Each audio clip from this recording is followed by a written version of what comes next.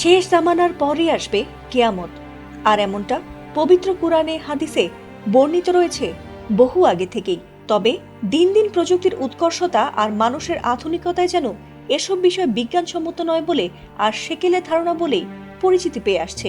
এমনকি এসব বিষয়ে বিশ্বাসীদের নিয়েও চলত তুমুল হাসি ঠাট্টা। তবে ইরানের সঙ্গে যুক্তরাষ্ট্র ও ইসরায়েল যুদ্ধে জড়ানোর পর থেকে বিষয়টিতে ধর্মীয় গ্রন্থগুলোর বর্ণনার সত্যতা পাওয়ায় এবার নড়ে চড়ে বসেছেন বহু মানুষ। এমনকি ইরানের অনেক ধর্মীয় নেতারা এই যুদ্ধকে ইমাম মাহদির আগমনের বার্তা হতে পারে বলে ধারণা করছেন। শেষ জামানায় ইসলামে যে ফোরাত নদী শুকিয়ে আসার কথা বলা হয়েছে, সেই ফোরাত নদীতে আগের মতো পানি নেই। যে বায়তুল আকসাকে শেষ জামানায় ইহুদিদের কাছ থেকে মুক্ত করার কথা বলা হয়েছিল, সেটিও আর মুক্ত হয়নি। এর সবকিছুই যেন এই ইরান ও ইসরায়েলের যুদ্ধের মধ্যেই প্রতিফলিত হচ্ছে। যুদ্ধ যতই দীর্ঘ হচ্ছে, ততই যেন সারা বিশ্ব দুটি ভাগে ভাগ হয়ে যাচ্ছে। একদিকে ইরানের পাশে রাশিয়া, চীন, উত্তর কোরিয়া, অন্যদিকে ইসরায়েল, যুক্তরাষ্ট্র, জার্মানি ও ফ্রান্স। এই যুদ্ধ এখন আর ইরানের মধ্যে সীমাবদ্ধ নেই। তবে কি ইসলামের শেষ জামানায় যে বড় মালহামা তথা ভয়াবহ যুদ্ধের কথা বলা হয়েছে, সেই দিকে এগিয়ে যাচ্ছে পৃথিবী? ইরানের সঙ্গে না পেরে এই যুদ্ধে লজ্জাজনকভাবে হারতে চলেছে যুক্তরাষ্ট্র ও ইসরায়েল, এমন ভবিষ্যৎবাণী গত 2 বছর আগেই চীনের এক অধ্যাপক করেছিলেন। আর সেই ভবিষ্যতের অকল্পনীয় বাস্তবায়ন যেন অবাক বিস্ময়ে দেখছে গোটা বিশ্বের মানুষ।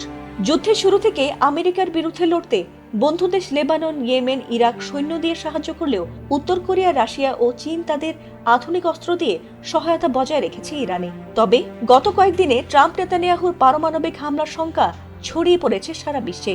এ বিষয়ে কিছু বাইবেল গবেষক ও খ্রিস্টান ভাষ্যকার বলছেন, প্রাচীন ধর্মগ্রন্থের ভবিষ্যৎবাণী এখন হয়তো সত্যি হতে যাচ্ছে।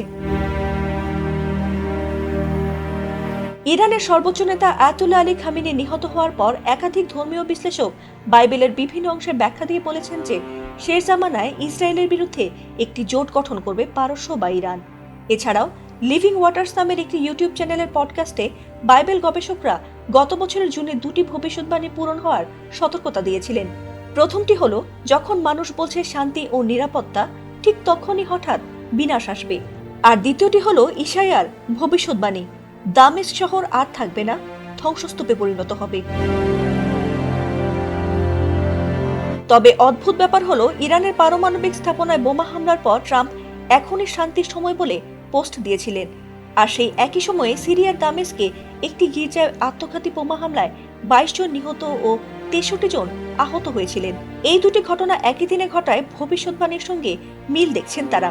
আর তাতেই ধারণা করা হচ্ছে যে ইতোমধ্যেই হয়তো শেষ জামানায় পৌঁছে গেছে পৃথিবী। আর পারমাণবিক হামলা পাল্টা হামলার মধ্য দিয়েই হয়তোবা কিয়ামত নেমে আসতে চলেছে পৃথিবীর বুকে। ফাতিমা সুলতানা, এটিএন বাংলা।